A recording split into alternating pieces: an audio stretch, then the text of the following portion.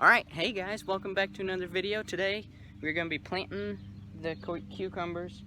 I'm going to harvest some spinach off screen, and we might get some hoeing done in here. The grass is starting to come now. We had the velvet leaf pressure, now we got the grass pressure coming. We're going to thin the corn and the bush beans that we planted before. No, not the ones that we planted. The other ones. The ones that we planted are not up yet. They should be up any day now. Actually, no. Probably 2 to 3 more days, I'd say. Hey, Cheetah. Cheetah's right here. The cats think these raised beds are big glitter boxes. So, as you can tell. Cheetah, I thought you guys were taught to cover it up. Seriously? I think that's why the sweet corn and beans keep dying in places. So anyway, let's get over here. I'm gonna show you the seed, and then we're gonna do a time lapse because I gotta do some hills and other stuff. So let's get in the seed bots here, the magical seed bots. Alright, and the cucumbers, I believe they're just seedless cucumbers is what they say on them, but I may be wrong. Right there. So they're Diva seedless cucumbers, and all the information's there. Germination is 87%. Not as high as what I thought they normally are. That's interesting. Are this packed the same? 87%. Okay. Guess cucumbers just have a lower rate of germination, so we're gonna plant more seeds per hill then. See, like these ones are 96, and I believe the greens that I grew last year were 99. See, those are 99. Yeah. So I'm gonna set up a time lapse. I got a hill. We'll probably go every other set of rows. So one there, one there, one there, and we might do a hill down there. But since the beans are down there, I think it's gonna be a little scrunched. I think we'll have plenty of cucumbers if we just do the 3 or 4 or whatever I just said. And we got room right there, but I want to squeeze some watermelons in somewhere. So anyway, let's get started.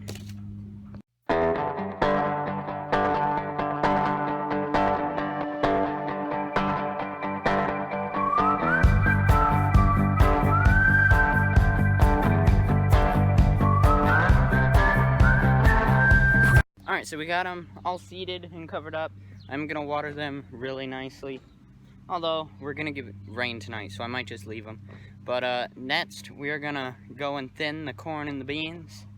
And then, I think we're good on hoeing this for at least till tomorrow. And then, I'm going to harvest the spinach, of course, off screen, because you guys have seen plenty of harvesting spinach lately. So, let's run over here and thin these out. I'll show you the best how it should be thinned out. Alright, so here we have our corn and our beans. We'll start with the beans because the beans are a little bit easier to do, I would say. So this one only has 1 plant there. Whoops, phone is down a little bit. This one has 2, and I go by, you look at the best plant, find the best plant, and pull the other one. This one's kind of hard because they're both really good, but I'm going to pull this one. Well, I'm going to pull this one because this one still has a shell on the seeds. That might be a problem later on. So you can see it's got that big taproot. This one, well, this one's pretty easy. This one's all shriveled up, so we're going to get rid of that one. These ones are hard again, so you can also go with the smaller one. You can pull the smaller one. This one's kind of iffy. And this one has a buried leaf. Cats must have got this one, but I think that one's gonna be all right, so we're gonna pull this little one. And over to the corn real quick. Corn is more the smaller one, so you just go through. Some of these are like the exact same, so I'm gonna go through these really fast here. Oh, there are 2 there. All right, there we go. Run around the other side of the bed. These ones are looking really good. They've got a second layer of leaves now, so they're definitely getting developed here. And that one, and that one. Sometimes if you go too fast, you will make a mistake and pull the wrong plant. I have done that. So look at that root system. That's really good.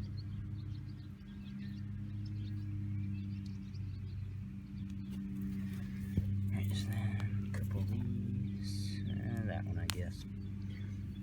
Definitely that one, and definitely that one. And that looks like the thinning is done. So this is definitely going to be a quick video today, guys. So since it's quick, I'll show you our asparagus. It's coming. These new stalks that just came up, they're coming, and as you can tell, they look just like asparagus coming out of the ground. That one doesn't because it's starting to branch off. This one's already starting. You can see just 2 days ago it was barely poking out of the ground. Asparagus is a super fast growing crop. Here's our spinach getting bigger by the day. It's starting to form the little spinach leaves. So it won't be long before we're harvesting that. This might need a watering. Yeah, probably. So that's kale, I believe. Yeah. And these are carrots, which are very, very sporadic, I must say. So gonna need some thinning right there. Our radishes are doing excellent. They're getting big. Only a couple more weeks on these guys. They're forming a little radish down there. These guys, I think, are going faster than the ones that were in the sand. So we may start planting only in the compost for radishes.